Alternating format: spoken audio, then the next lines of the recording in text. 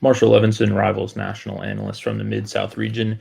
For my second point on the 3 point stance for this week, as I was going through some of the commitments, among the positions and among the rankings, I noticed that the wide receiver position was lacking an amount of guys that were coming off the board to this point, compared to the other positions.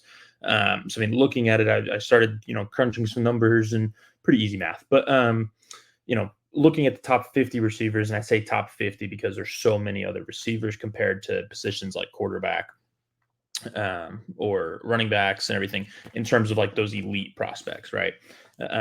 So only 28% or 14 out of the top 50 prospects are committed at wide receiver. Only 28%. So, I mean, we're still pretty early when we have this, 7, 8 months until signing day. So it's like, okay, only a fourth of those guys are committed. That's not, a crazy statistic. But then you look at it and you look, okay, if you look at the pro style quarterbacks, 21 of the top 25 quarterbacks are committed at dual threat. 11 of the top 15 dual threat quarterbacks are committed. Obviously, those numbers slightly different because of the different positions in the rankings. So some of these positions will have different amount of guys that you consider blue chip prospects. Looking at running backs and tight ends, at both of those are 50% committed among their top 20 players. Wide receiver has only 3 of their top 20 guys committed. So it kind of just says what is it about the receivers that, not as many of them are jumping off the board, especially when so many quarterbacks are off the board. A lot of times the quarterback dominoes will affect receivers. Certain receivers want to play with certain guys, want to play with certain types of offenses. So it's just an interesting topic to look at. I don't know that there's any specific reason. I think we will start to see them go off the board here pretty soon. Obviously, tons of receivers, tons of prospects in general, taking visits during the spring, official visits, unofficial visits.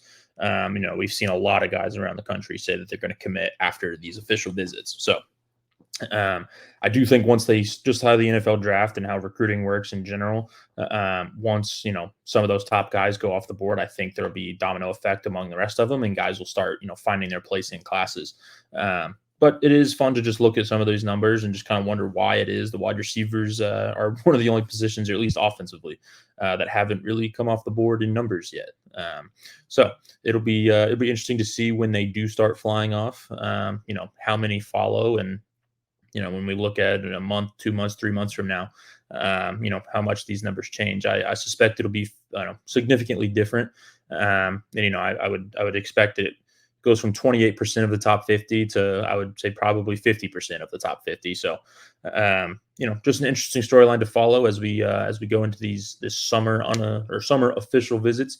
To see the wide receivers come off the board and how it may affect the national rankings and classes, and how it affects other wide receivers and their upcoming decisions.